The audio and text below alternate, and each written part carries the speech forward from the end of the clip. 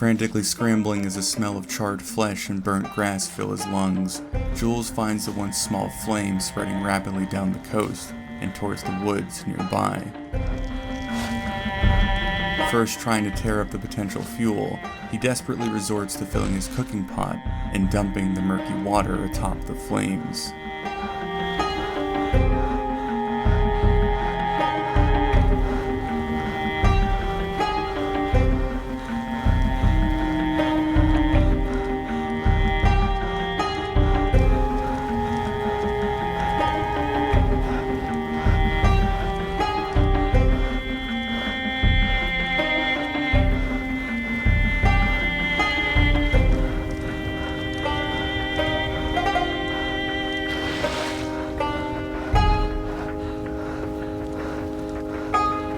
Each time he thinks he's nearly put it out, he finds another ember igniting amongst the dried weeds, causing his trembling hands to dunk the slippery container back into the river once more.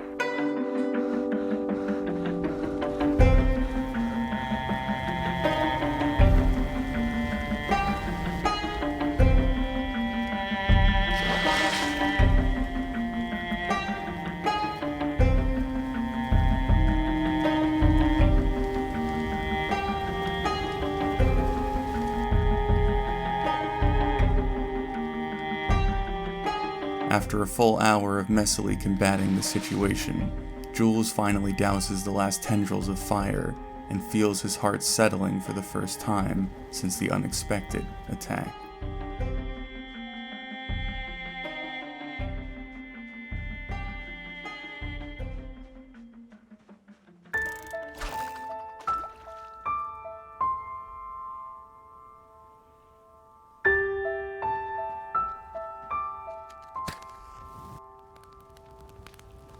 Though he manages to catch a fish in the limited light he had, Jules can't fully appreciate the small victory, as his mind still obsesses over his close brush with death. Hubris. A word that could most certainly be my downfall, if I let it define me. Today was perhaps one of the closest calls with the undead that I experienced yet. Even through the thick mask that smothered my face, I could smell the death upon her breath as her face lunged for my own. If I had been a second slower, if there had been another, if her flaming body had gotten a grip around me, I wouldn't be writing in this journal. I had forgotten what panic and fear felt like. Too long I've been blanketed by the somber embrace of despair and defeat. Jules.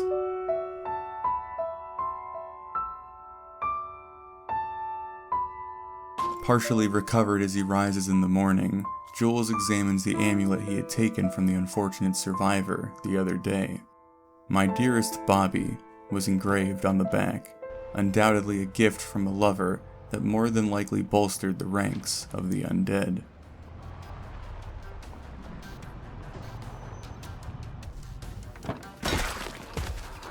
Acknowledging that strays from the nearby horde could lead himself down Bobby's path, Jules prepares to dedicate his day to both revenge and security.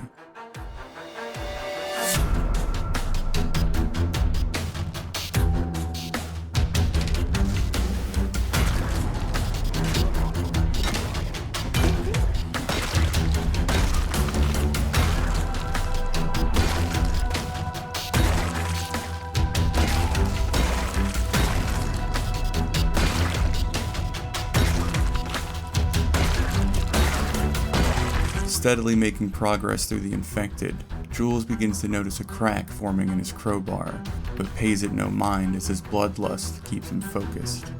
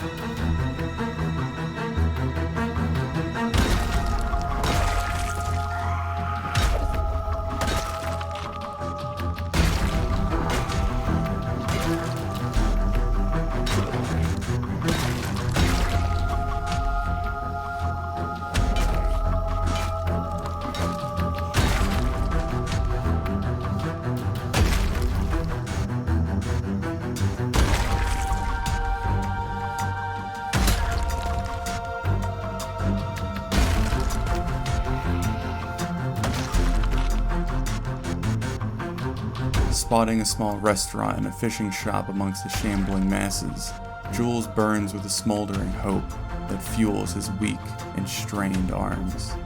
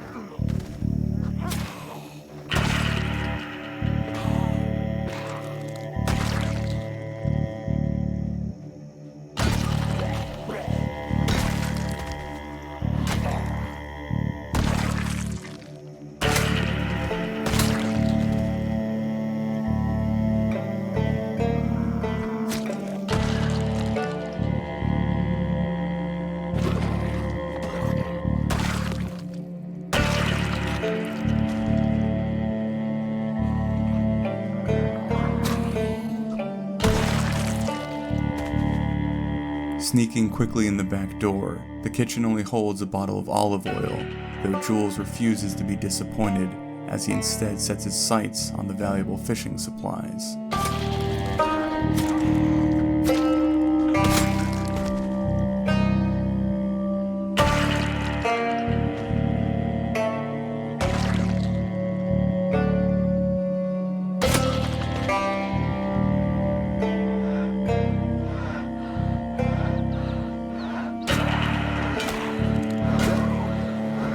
Faced with the reality that he had exhausted himself for the day, Jules smashes his shattering weapon into the growling corpses before retreating back towards his vehicle.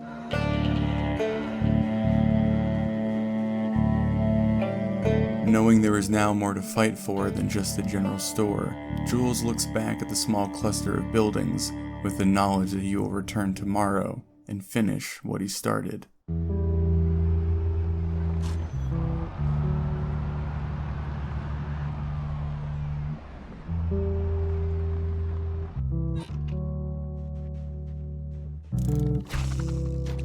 Far less stressed than he had been previously, he stares out across the sparkling river and calms himself with the thought that his dwindling fishing supplies would be restored as soon as he fought his way inside.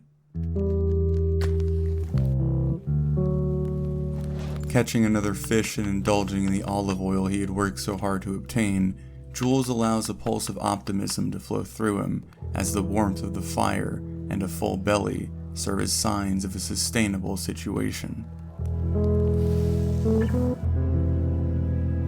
Finding his eyes wandering over Bobby's necklace once more, Jules vaguely remembers the map a longing lover had scribbled on. Perhaps Bobby had been making his way towards Riverside to reunite with his partner, or perhaps Jules was manifesting a connection to maintain his own sanity.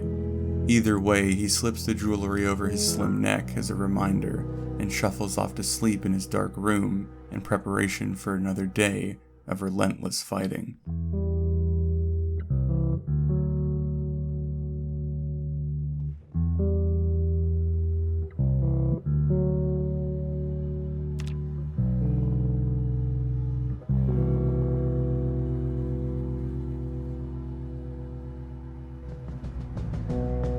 Waking up long before the sun, Jules feels a fire burning within him as he impatiently waits out the night and sets off to battle come the dawn.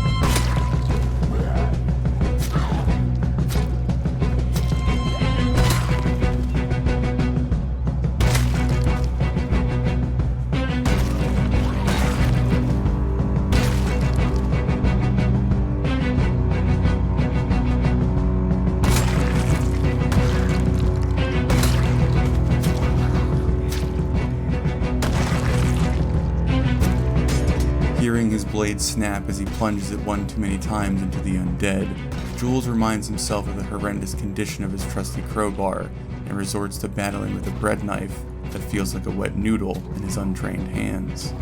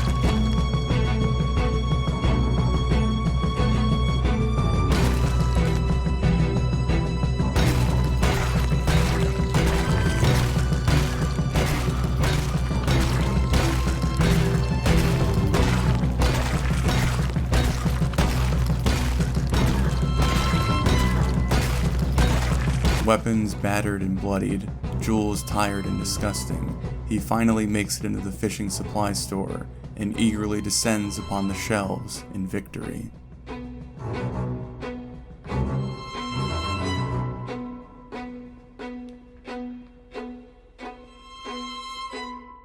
Confused, heartbroken, and stunned, Jules scans over the endless piles of useless toilet paper as his ragged feet subconsciously drag him back into the blood-filled air of the afternoon.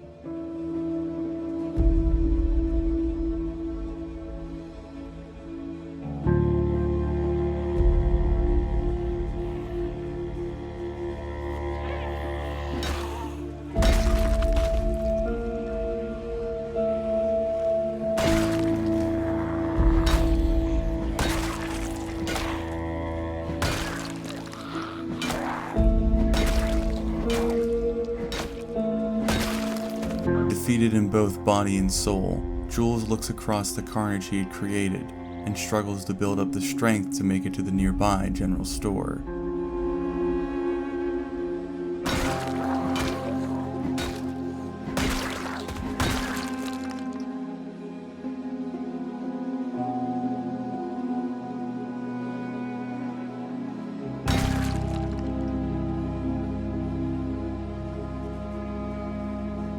Cautiously looting the front of the building as a horde still lingers out the back, Jules does manage to procure a small variety of food from the disorganized shelves, though the snacks and beans couldn't fill the hole that the stolen fishing supplies had left.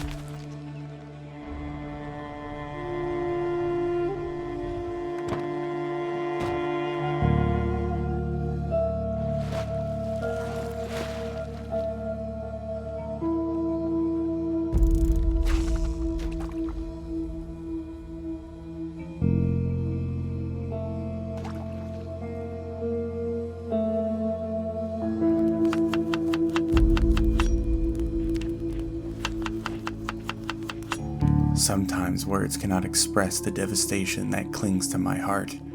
Every single day in this absolute fucking hellhole is one step forward and 3 tragic tumbles back.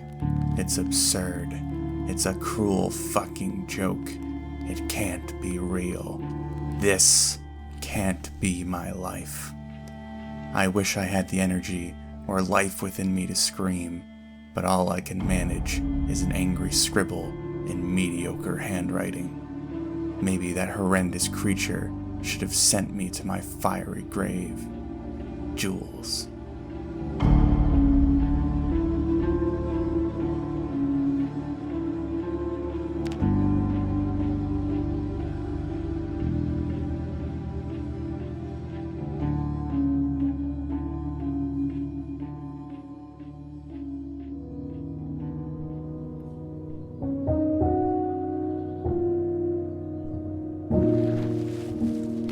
In harsh contrast to yesterday, Jules awakes feeling almost empty inside as he goes through the motions and steers himself once more in the direction of the general store. In all likelihood, the world would once again kick him while he was down, but limited options and extreme mental fatigue drove him to apathetically pursue his hollow goal.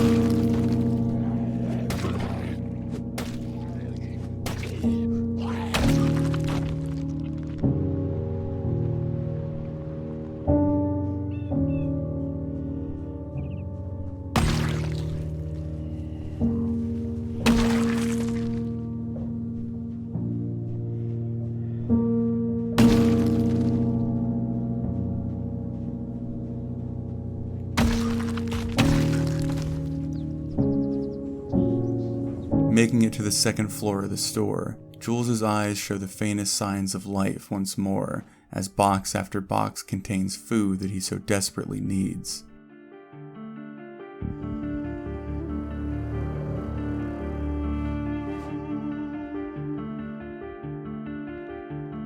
Along with 2 fresh crowbars that could replace his now broken one, he was almost coming close to rectifying the loss of fishing supplies.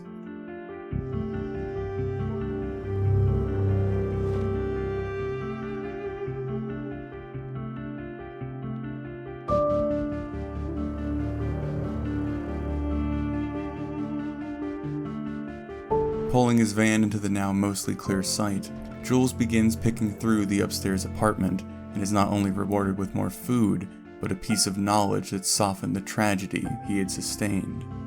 Now armed with the knowledge of crafting and repairing the nets he had watched crumple in his clumsy attempts at fishing, Jules is now equipped to sustain himself if his situation ever becomes truly desperate once more.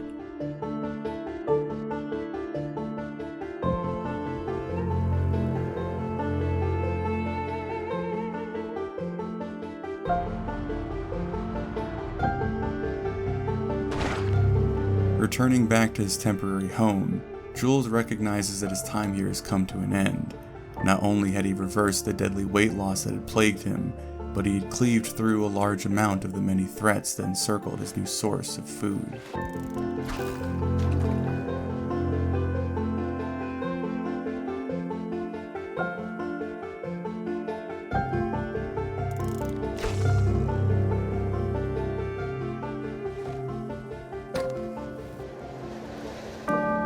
Enjoying one last meal along the riverbank as night begins to settle in, Jules finally packs up his gear and throws it in his tired van before spending one last night in his secondary home.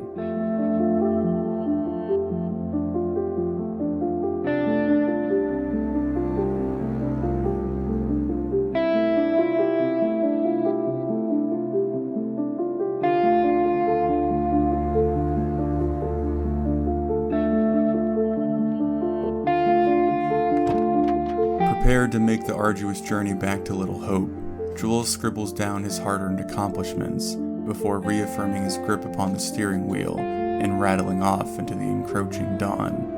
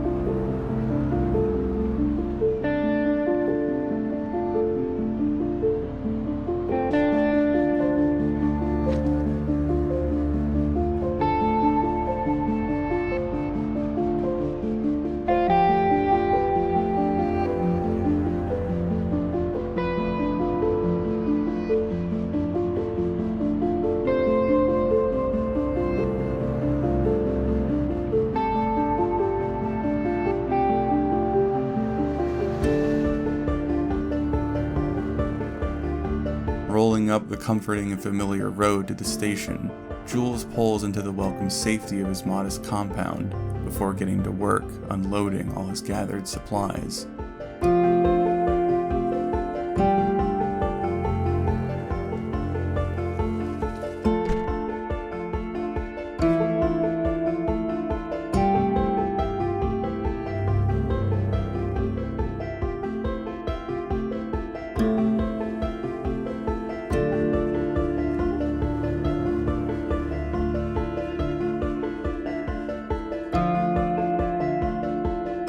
Stripping off his blood-soaked layers in preparation for clearing some troublesome saplings, Jules is faced with his long-neglected appearance that he quickly rectifies before fully settling in.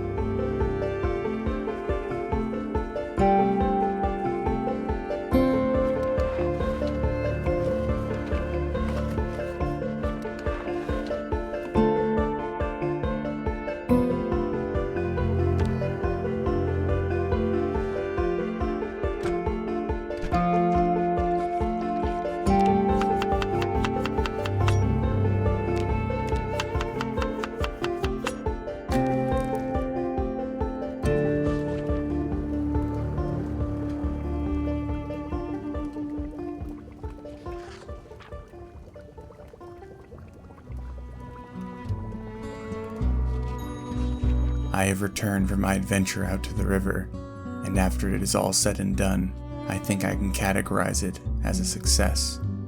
Though my food stores won't last here at Little Hope, I have begun to put on weight once more, and the ability to return to my fishing spot is now a powerful tool. Overall, I have secured time, which is what I will most likely need if I am to survive the harsher months of winter that are fast approaching. I feel ashamed of the last note I wrote. Though those vile words are resting in the house along the river, I regret putting them to paper. I do want to live. It's just hard. Jules.